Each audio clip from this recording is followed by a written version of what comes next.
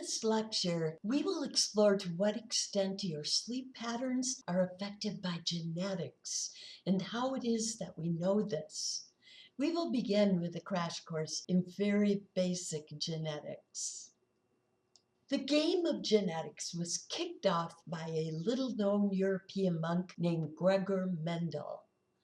A number of hypotheses have been proposed by then regarding how heredity worked, but Mendel was the only one who got it more or less right. His ideas were published in 1866, but largely were unrecognized until 1900, which was long after his death. Mendel's quiet work teaching math and scientifically growing and studying common pea plants on the grounds of the monastery led him to make three basic proposals, which are now known to be the fundamentals of heredity. The fundamentals of heredity. 1. There are units of heredity passed on to offspring that determine particular traits. And we call these units now genes, right? 2, offspring get one unit from each biological parent. And 3, it is possible for an individual to carry a gene which they do not express and to pass it on to the next generation through what we now call rules of dominance and recession. Your genetic material is stored in the nuclei of your cells. Chromosomes are thread-like structures that carry your DNA.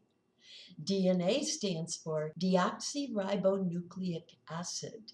It is the molecule that carries the genetic instructions used in the growth, development, function, and reproduction of all known living organisms.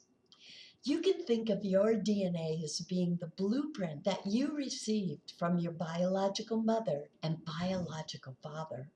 DNA is arranged in two long strands that form a spiral called a double helix. Genes are the key functional units of heredity in your DNA. They code and control for particular traits and characteristics. They come in pairs, and again, you get one from your biological mother and one from your biological father.